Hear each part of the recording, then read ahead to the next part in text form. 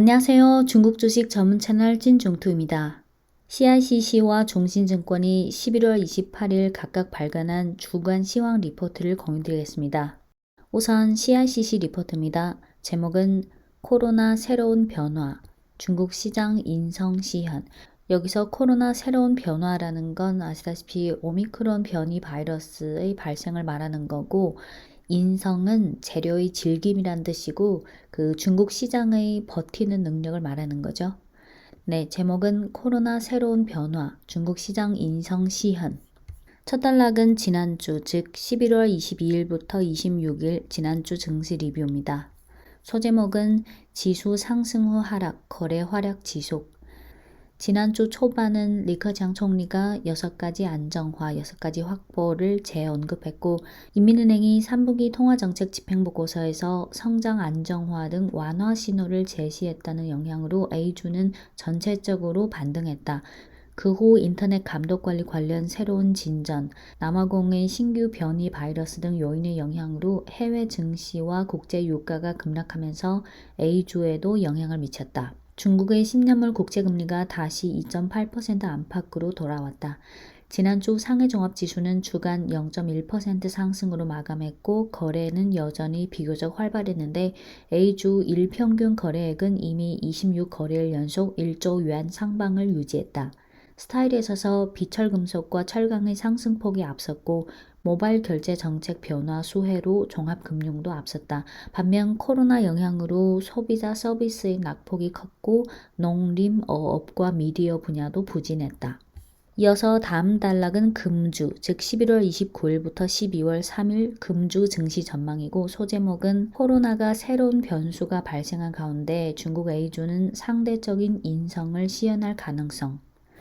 최근 국내 성장이 상대적으로 부진하다는 점은 이미 공통적인 인식이 형성됐다.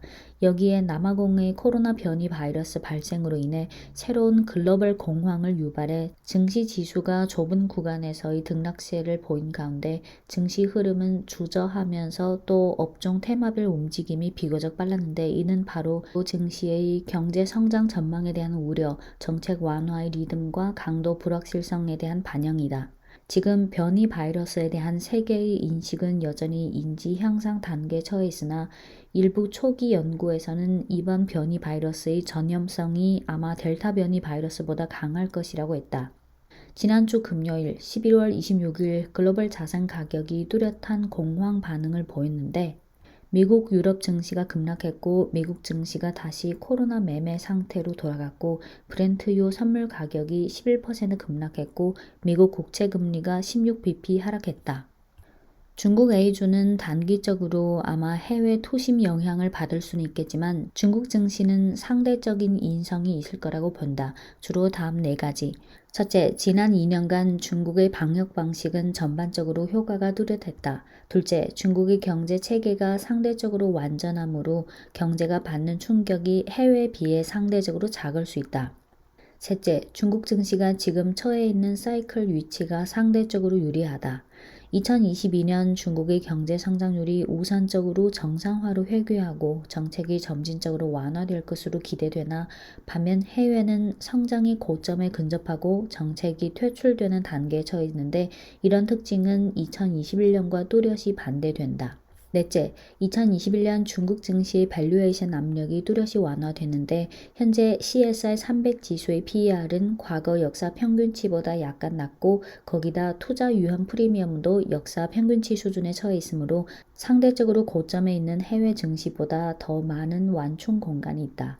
향후 중국 증시를 내다보면 당사는 코로나 새로운 변수가 발생한 상황에서 중국 A주는 아마 해외 증시보다 상대적으로 더 인성이 있을 것으로 보고 내부적인 성장 안정화 정책 기대는 향후 중국 증시 흐름을 주도하는 데 있어서 더 관건적인 요인이라고 본다.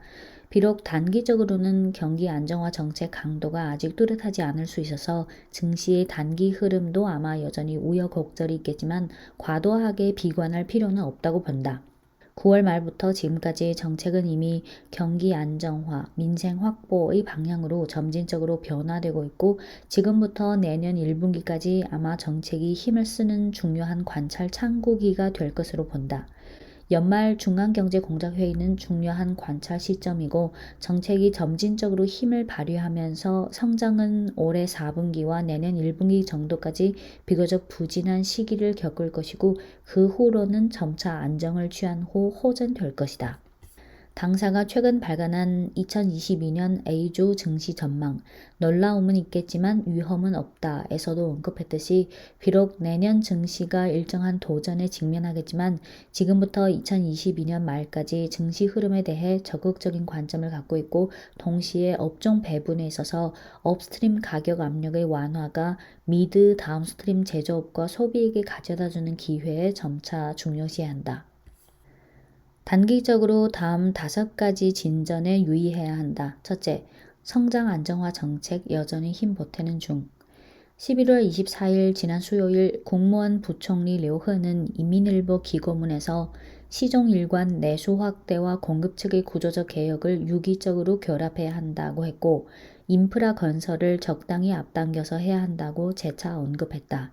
이는 중장기적인 모순을 해결하는 동시에 성장 안정화가 여전히 미래 사업의 중점이라는 것을 말해주고 있고 당사는 내년 상반기, 2022년 상반기 인프라 투자 증가율이 일정 수준 가속화될 것으로 예상한다. 둘째, 10월 공업기업 이익 전년 동기 대비 상승.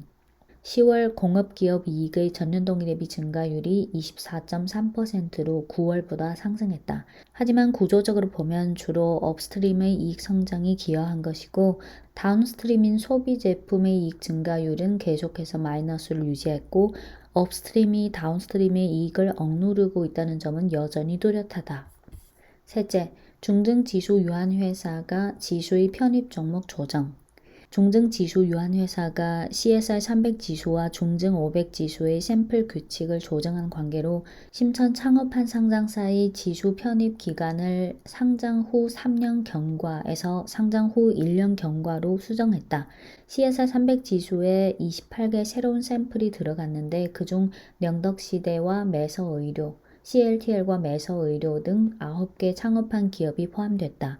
이번 샘플 조정 후 주요 지수 중 신경제 기업이 차지하는 비중이 보다 더 향상되면서 중국의 과학기술 제조와 소비 산업이 성장이 더 빠르고 실물 경제에서 차지하는 비중이 향상된다는 특징을 더 정확히 반영할 수 있으며 지수 흐름의 개선에도 적극적인 의미가 있다.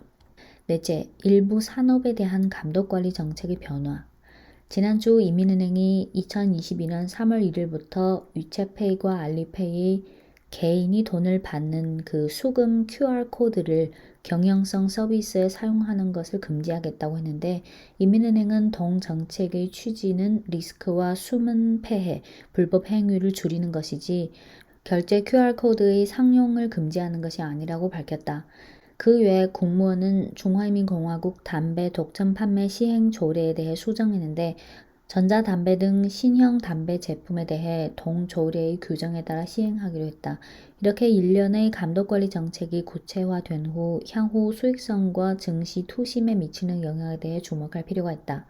다섯 번째, 해외 변이 바이러스, 글로벌 자산 변동 등. 지난주 남아공에서 B11529라는 새로운 변이 바이러스가 발견됐고 WHO는 이에 대해 델타 변이 바이러스보다 위력이 더 크다고 발표했고 영국, 미국 등 나라가 남아공 등 나라에 대해 입국 제한을 했고 향후 관련 동향에 대해 면밀히 모니터링해야 한다. 또한 지난주 미 상무부가 12개 중국 기업을 거래 제한 명단에 넣었는데 이는 최근 중미 관계가 비록 약간의 작은 우회가 있었지만 첨단 과학기술과 제조 분야에서 중국에 대한 미국의 기술 봉쇄는 아마 단기 내 완화되기 어려울 것으로 본다. 이어서 다음 단락은 업종 투자 의견이고 소제목은 계속해서 정책 기대 및 미드 다운스트림 쪽으로 기울여야 한다. 이고 내용은 지난 11월 21일 위클리 보고서 중 마지막 단락과 같은 내용이라서 생략할게요. 네, 여기까지가 CICC가 11월 28일 발간한 중국 증시 주간 시황 리포트고 이어서 중신증권이 11월 28일에 발간한 중국 증시 주간 시황 리포트를 공유 드릴 텐데요. 시간 관계로 이 붉은색 첫 단락, 요약 단락만 번역할게요.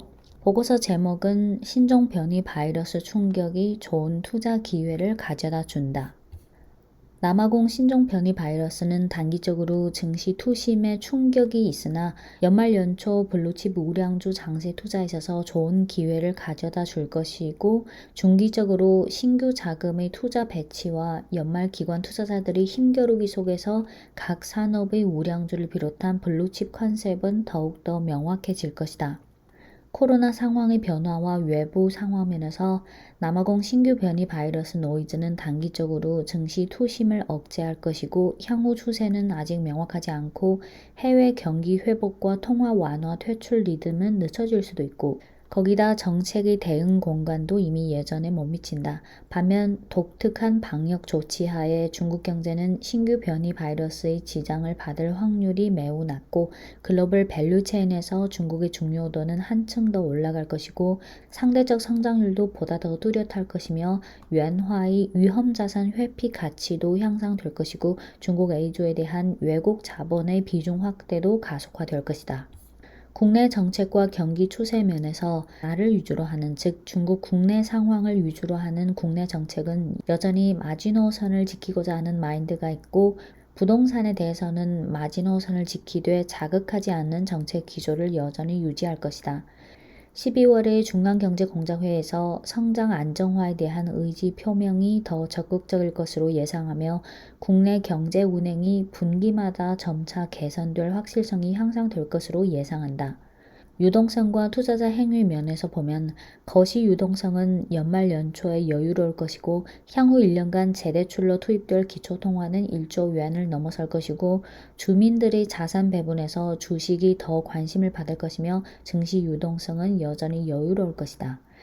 자산 배분에 있어서 각 업종의 상위 우량주를 비롯한 블루칩 컨셉이 더욱 뚜렷해질 것이고, 세 가지 낮은 위치를 둘러싼 자산 배분 전략을 계속 유지할 것을 건의한다. 참고로 중신증권이 말하는 세 가지 낮은 위치에 있는 분야라는 건, 첫째는 펀더멘털이 여전히 낮은 수준에 있는 분야, 그중 특히 그동안 원가와 공급망 문제의 압력을 받아온 미드스트림 제조 분야, 예를 들어 자동차 부품, 전력 장비, 소형 가전 등, 그리고 밸류에이션이 점차 합리적인 구간으로 회귀하는 일부 소비와 제약업종, 예를 들어 백조, 식품, 면세, 백신, 혈액 제품 등. 둘째, 밸류에이션이 여전히 상대적으로 낮은 분야, 그중 부동산 신용 리스크 예상이 완화된 우량 개발업체와 건자재 업체, 그리고 정책 억제 예상이 일정 수준 완화된 홍콩 상장 인터넷 선두 기업. 셋째는 호경기 업종 중 주가가 일정 기간 조정을 받은 분야, 예를 들어 국산화 로직이 추진하는 반도체 장비, 전용 칩 및 군수 등. 네, 이상 CICC와 종신증권이 11월 28일에 각각 발간한 주간 시황 리포트를 공유드렸습니다.